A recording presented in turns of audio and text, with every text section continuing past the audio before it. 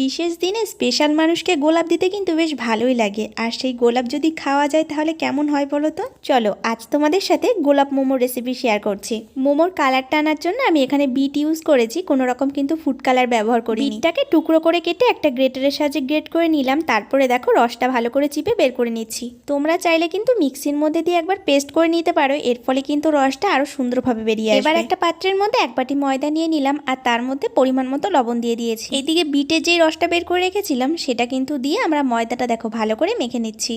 ময়দাটা কিন্তু খুব একটা শক্ত করে মাখিনি, যেমন মোমো বানানোর জন্য মাখানো হয় সেরকমভাবে মেখে নিয়েছি। শেষে একটু তেল ছড়িয়ে দিয়ে আবার ভালো করে মেখে নিয়েছি, আর উপর দিয়ে একটু তেল মাখিয়ে এটা কিন্তু আধা ঘন্টার জন্য রেস্টে রেখে দেবো।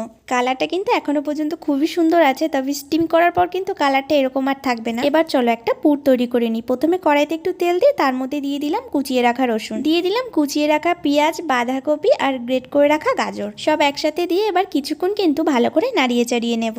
আর এগুলো কিন্তু ভাজার সময় এর মধ্যে পরিমাণ মতো লবণ আর একটু গোলমরিচের গুঁড়ো দিয়েছিলাম।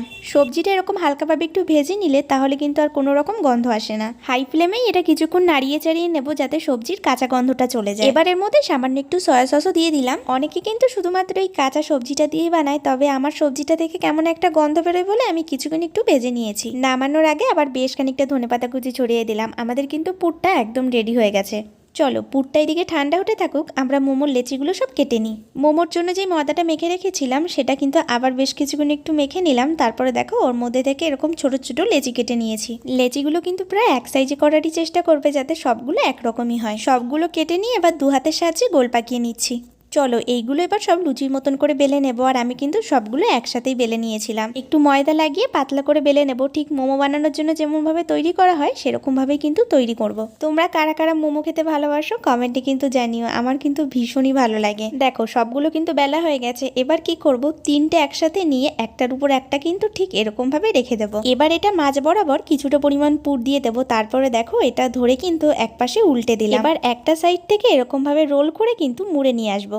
আমি যেমনভাবে করছি ঠিক সেরকমভাবেই কিন্তু করবে। আর এটা মোড়ার পর দেখো পুরো গোলাপ ফুলের মতন দেখতে লাগছে। পাপড়িগুলো হাত দিয়ে একটু এরকমভাবে খুলে দিচ্ছিলাম যাতে দেখতে আরো বেশি ভালো লাগে। সবগুলো ফুল কিন্তু আমি একই রকমভাবে তৈরি করে নিচ্ছি, আর এক একটা ফুল তৈরি করতে আমাদের 3টে করে লেচি লাগবে।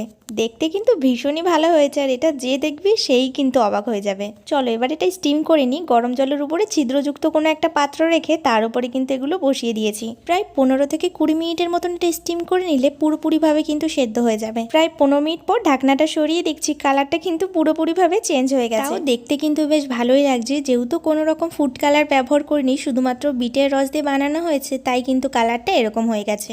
তাহলে আজকের রেসিপিটা তোমাদের কেমন লাগলো অবশ্যই জানিও। ভালো লাগলে লাইক করে দিও আর চ্যানেলটা সাবস্ক্রাইব করো। আজ তাহলে এইটুকুই, দেখা হচ্ছে নেক্সট কোনো ভিডিওতে।